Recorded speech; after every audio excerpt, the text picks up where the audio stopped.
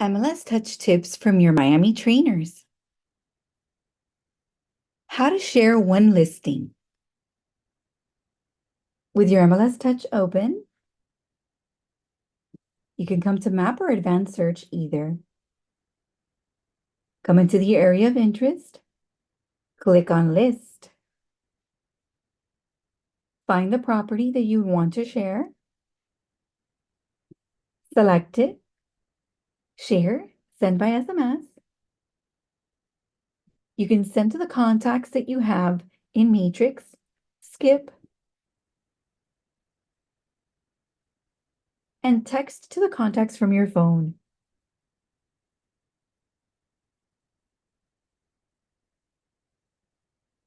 You can do the same and share via email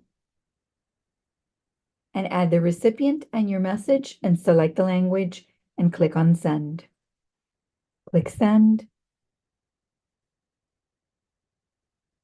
You can also click to share to a contact you're working with in the system. Select it, add it in and type your message. Always more with Miami and your Miami trainers.